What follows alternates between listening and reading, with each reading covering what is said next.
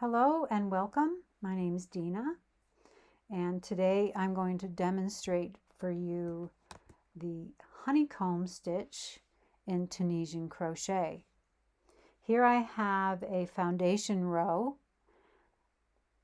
of 20 stitches, and we're going to begin by doing a Tunisian purl stitch and then a Tunisian simple stitch. And if you noticed any of my other Tunisian crochet stitch videos, you will find the purl stitch and the simple stitch. So to do the purl stitch, you have to bring the yarn to the front. So I'm going to bring the yarn to the front of my hook. I'm going to insert it in the front, the second front vertical bar. I'm going to yarn over and draw up a loop.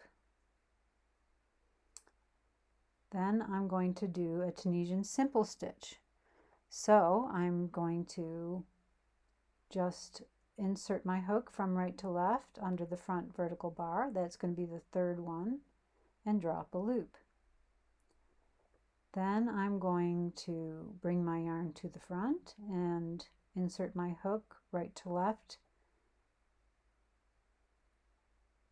through the front vertical bar and draw up a loop. Then I'm going to do the Tunisian simple stitch and then the purl stitch and then the simple stitch and then the purl stitch, and I'll do that all the way to the end.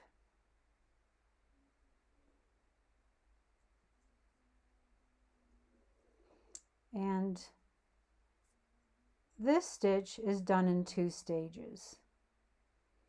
The first stage being the first row is completed doing purl and simple stitch. You'll be alternating them, and then the second row will be alternating the simple stitch and then the purl stitch. So I will just finish up with a purl, then a simple, then a purl, then a simple. Okay, then I've come to the end of my row and I'm on my last stitch. And that stitch, because it's the selvage edge and I want a nice clean finish on that, I'm going to go through the front and back vertical bars to create that final stitch. On my return pass, yarn over, go through one loop, yarn over, go through two loops, yarn over, go through two loops, yarn over, go through two loops, yarn over, go through two loops, all the way to the last loop.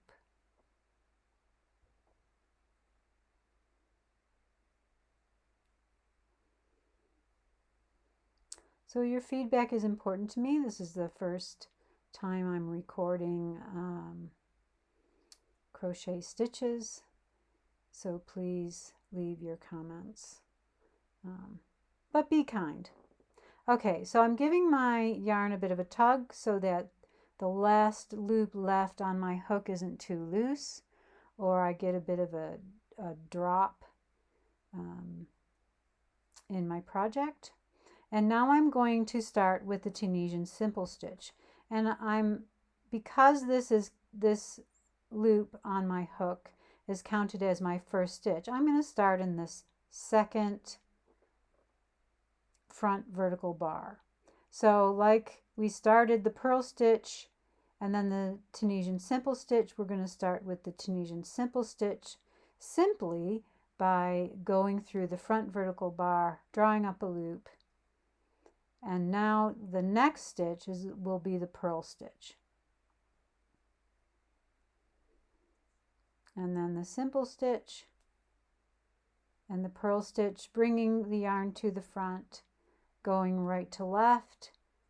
I hold it down with my thumb just so that I have the space to bring my hook through. And then the simple stitch, and then the purl stitch, and the simple stitch, and the purl stitch.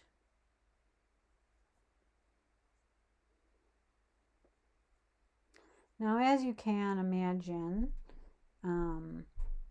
this being the Tunisian honeycomb stitch, Tunisian crochet, you can, I suppose you could just make up your own stitches, and the sky's the limit to what you can do.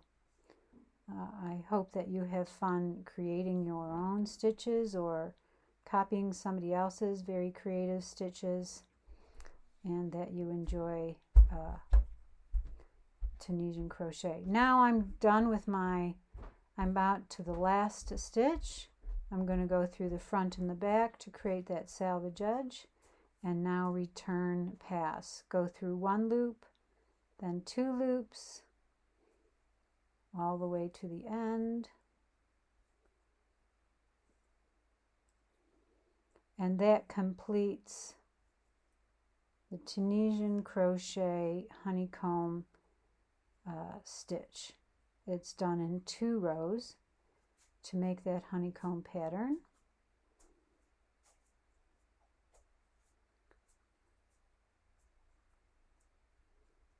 And there we go.